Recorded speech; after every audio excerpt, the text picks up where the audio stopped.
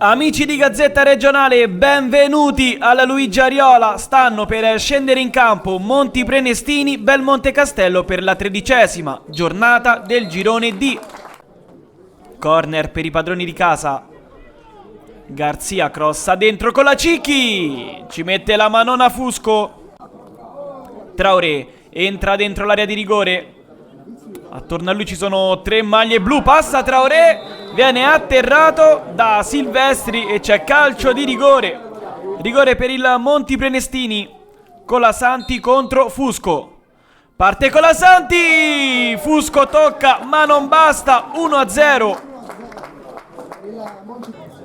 Pittiglio scodella il pallone dentro. Poi ci prova Fella. E Peri deve allungarsi per respingere il mancino di Fella. Colasanti passa in mezzo a 2. Pera tocca per De Luca che calibra la conclusione. Alta. Quinto minuto sul cronometro della ripresa. Calcio di punizione per il Monti Prenestini. Non va Garzia, va Colasanti. Traversa. Quadrigliero dall'altra parte per Traoré, a duello con l'avversario. Traoré finta di andare a destra, poi va a sinistra. Traoré! Un gol bellissimo di Traoré, è 2-0.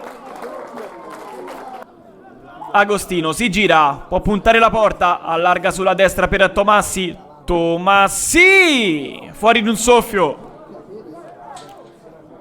Maresca lancia in profondità Jukic, posizione regolare. Jukic mette dentro, libera male la difesa ospite, poi Forti, alto.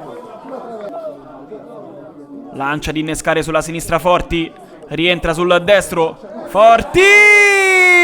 Un gol più bello dell'altro, è 3-0. Quadrigliero. Ottima palla di Prendes per Jukic, risponde Fusco e poi Presley mette il punto esclamativo. Poker del Monti Prenestini. Finisce qui, vince la squadra di Salvatore Cangiano per 4-0.